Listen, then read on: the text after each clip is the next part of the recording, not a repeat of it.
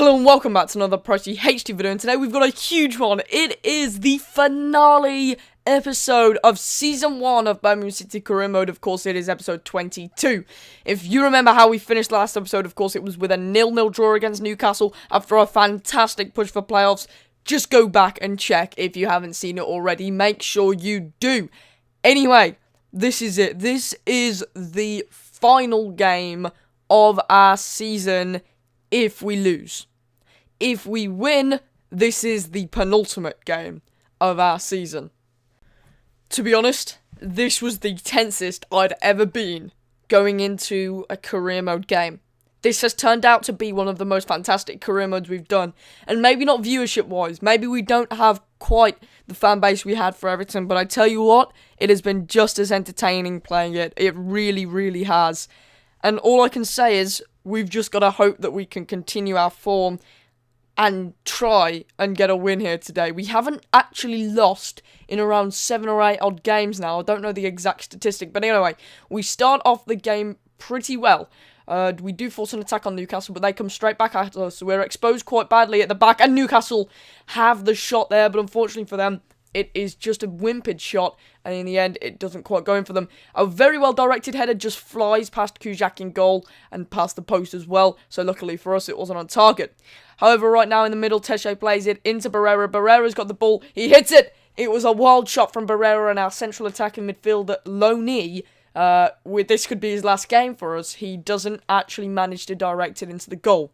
As we approach the second half of the game, as we are in the second half of the game, and we enter what would be the final half of the game if we are to lose, and it would be the final half of the season. Cadiz has got it now on the middle of the park. It's played into Kieftenbeld. Kieftenbeld hits it! Oh, wow, that was a wicked shot, and a very, very powerful shot at that. Kieftenbeld's really well-directed shot, unfortunately for him, doesn't quite find its way in. It was so powerful, that was very, very unlucky from our CDM. Kieftenbeld's been a very good player, a very influential player towards the end of the season, but it's Diego Fabrini who is through one-on-one. He turns back, he cuts it back, it's into Tesche. Tesche has put us ahead, and whilst he was on about one centre defensive midfielder, the other goes and scores. This cannot be written. Days like this cannot be written. We are ahead against Newcastle United in our 4th game against them this season altogether. It could be the one time we beat them, and if it wasn't for a cruel deflection through the legs of the Newcastle defender, we wouldn't be ahead. That was a very close chance on the final, but we have won. We are going to Wembley. Que sera, sera. So unbelievable. Such a fantastic performance. Genuinely, so much passion and so much heart on that pitch right now. And I really hope we can carry this through to Wembley. I wouldn't like to say the hard work's done, because that would be presumptuous. But at this very moment in time, we are going to Wembley to play Nottingham Forest, it turns out, in the final of the Championship playoff, the £100 million game. This is it. You can see Nottingham Forest beat QPR 3-1 on aggregate in the previous game. And if you didn't work it out already, of course, we are going through to the final because, I mean, look at the video length. It did sort of give it away. Can't do anything about that, unfortunately. If you could keep it secret, I would, but unfortunately, I can't.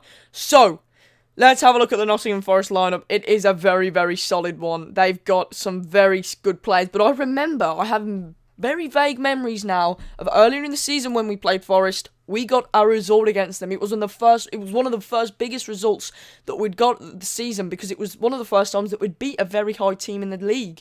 So, luckily for us, we seem to have came out of this quite well. And if you can't remember as well, Preston North End were very high in the league only a few games ago. What a day this could be at Wembley right now. We have the shot. It doesn't quite go in for us. It's a good save by Stotkovic, I believe, in goal. But right now, Che Adams hits it. Again, it's saved by Stotkovic. I feel like a goal's coming, but we started really well. Our passing's really good. Our tempo's really good, and you can tell that our fans are behind us. It's filled out here at Wembley, 80,000 capacity, of course, and all of that is easily filled, which, again, is probably what would happen in the real life. But look at this. A header forward from, believe our left back, and in the end, it gets intercepted by Adams. Adams with a cruel attack! Look at that from Che Adams! His temperament paid off in the end. Look at that, the hard work, it all paid off because he kept hustling, he kept going for the ball, he managed to weave in and out of the defenders, cutting in and out, cutting side to side. He was too agile, and his agility is just about what finishes the ball into the net for him. What an accurate shot as well, right into the bottom corner, and on the stroke of half-time, we are 1-0 up. What a change of team talk this will be right now. Wow, what a dream end to the first half. Genuinely, to be quite honest, I'm lost for words. My words cannot quite explain what is going on. Caddis is through! Caddis! Paul Caddis has got the goal for us! We are 2-0 up, we double our lead, and the £100 million game is in our grasp. We could be going to the Premier League. It is incomprehensible, and the player who has been released in real life by mutual consent has gone and finished it for us. A few years ago, he saved us in the Championship. He scored that brilliant header against, I believe, Bolton, of course. How did I forget that? Against Bolton to make it 2-2. This time, he's done the opposite. He's scored to put us up to the Premier League. That man is quite simply what I would like to call a hero. But on the final closing minutes of the game, we burst down the left-hand side, and if it wasn't for a very poor cross, which almost ended up Jeff Hurst-like, then in the end, I would basically have gone 3-0 up. But it's approaching. The final whistle is near. It's a lovely chip ball over, but it doesn't quite get to the feet of our player. And then again, yet again, it's out for a throw. So, what's going to happen? This could be it. Birmingham City could be going to the Premier League. The nerves, the tension. But the whistle has blown and we are in the Premier League.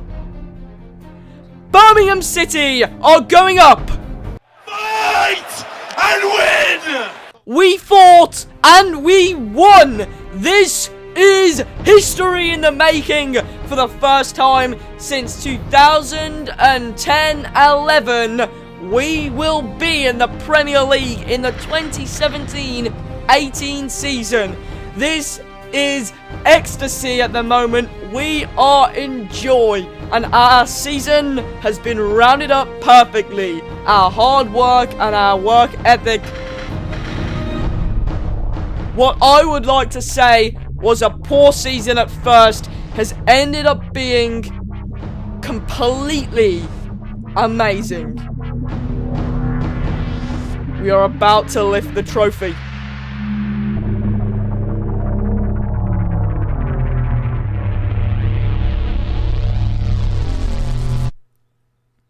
And we are champions of the Championship playoff.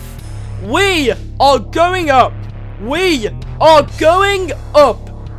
And man, I'm not even beginning to consider what Birmingham City's season will be like next season.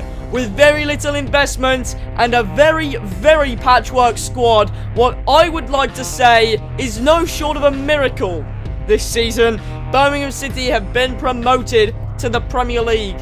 I can just imagine Birmingham being alight right now. They join their rivals Aston Villa in the Premier League for the first time since 2010-11, and that will be one hell of a tough season for them. But for now, the drinks are out, the trophy is up, and the fans are joyous.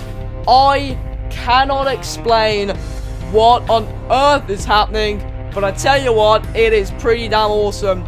Birmingham City, they deserve it. They went on a patchy form at the beginning of the season. They went on a really bad spell at around February time, but in March they picked it up and they went on a huge unbeaten run.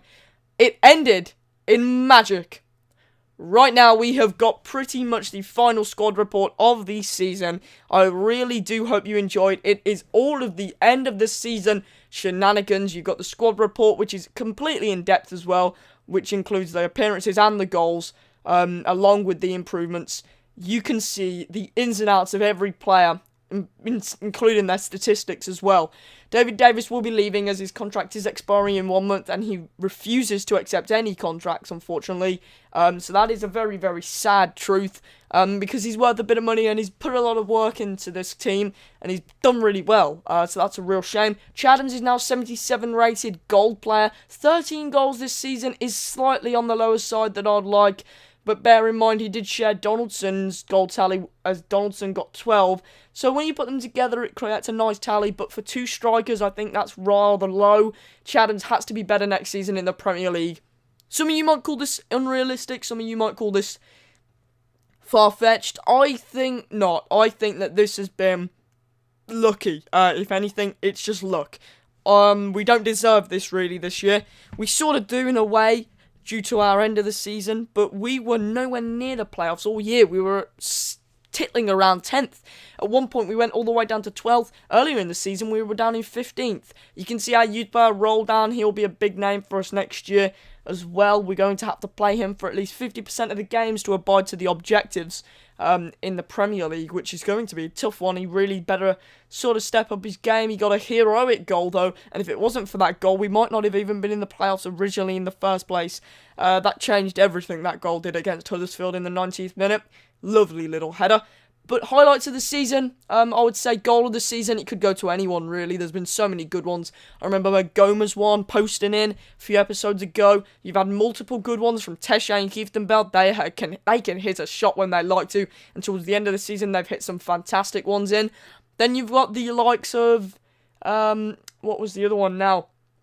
I'm sure Che Adams scored a very good goal towards the beginning of the season as well.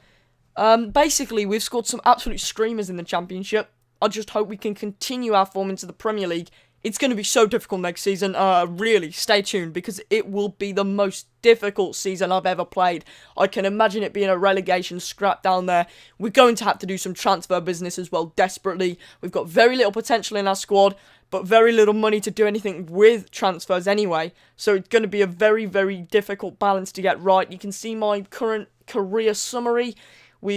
Biggest win was 4-0 this season. Our biggest defeat was a 2-0 loss against Norwich. So a pretty good start, really. And you can see our season so far. Reached around a 32 in the domestic cup. That's all been achieved, etc, etc. Record transfer fee paid was 1.3 million for Reece Oxford.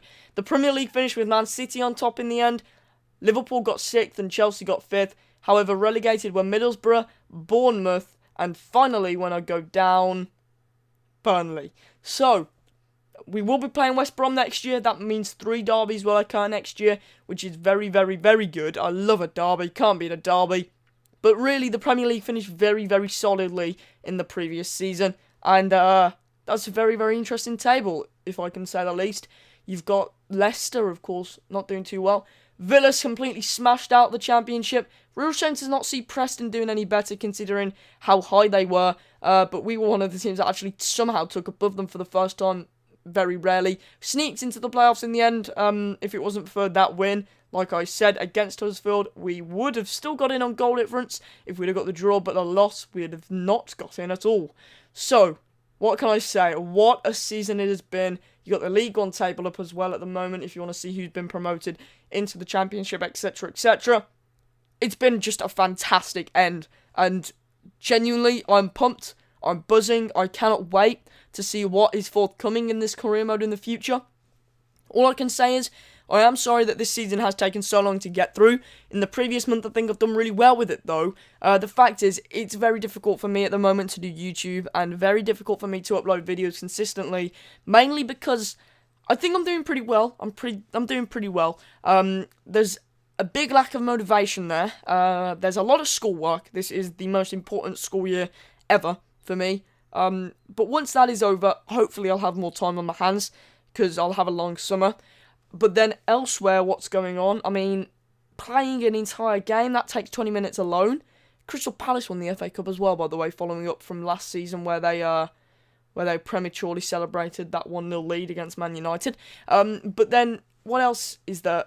I mean, there's, of course, the basic stuff. YouTube takes a long time. Playing one game takes 20 minutes of career mode, and then you've got to edit the game into like a 3-minute snippet. So really, so much game time gets lost. and so much editing time is also put into editing a 3-minute snippet. So, in the end, a YouTube video can take anywhere between an hour to 3 hours to make, render, and upload, possibly 5 hours quite often. Sometimes the hour is probably spent editing, more quite often in most cases, and then to render it takes just as long, to upload it takes just as long, and then obviously you've got all of the bits in between the recording as well. So to be quite simply truthful, this series hasn't been the most consistent, mainly because of them reasons. Plus, there's a slight lack of motivation there as well, mainly due to the fact that I've been losing subscribers despite my consistent uploading since November. I don't think I've gained a subscriber because they've just been filtering up and down, which is really odd. So if you are new, make sure you do subscribe. It does help a lot, and make sure you hit the like button down below as well to show your support for the series, because it really does help a lot. It goes a massive way, and it's not just because I want to see the figures, it's because when you see that people are appreciating what you're doing, it makes you feel so good, and it makes you want to continue doing that exact thing. And I'd really want to do YouTube. I look back at my Everton career and I thought, what a lovely rounded series that was. It truly was beautiful. But I feel like at the moment I'm not really getting that with this series. I want a nice rounded series, but it's taken a bit longer than I like. So maybe we might get another 2 or 3 seasons before the end of 17. Who knows, we'll find out, but all I can say is, what an end to Season 1 it's been. I really hope you have enjoyed the first season. If it's taken a little too long, I do apologise. All I can recommend is, for Season 2, if you don't like the fact that it's taken so long, just wait a little bit, just have a little bit of a break from my channel, and then come back later and then marathon them all through, because it'll be a lot quicker for you. And I don't know, I like marathoning videos, I don't know why, just a bit more entertaining than having to wait for the next one. Anyway, I do thank you for watching. If you did enjoy, make sure you smash that like button down below, and I will see you next time. I'll leave you with this.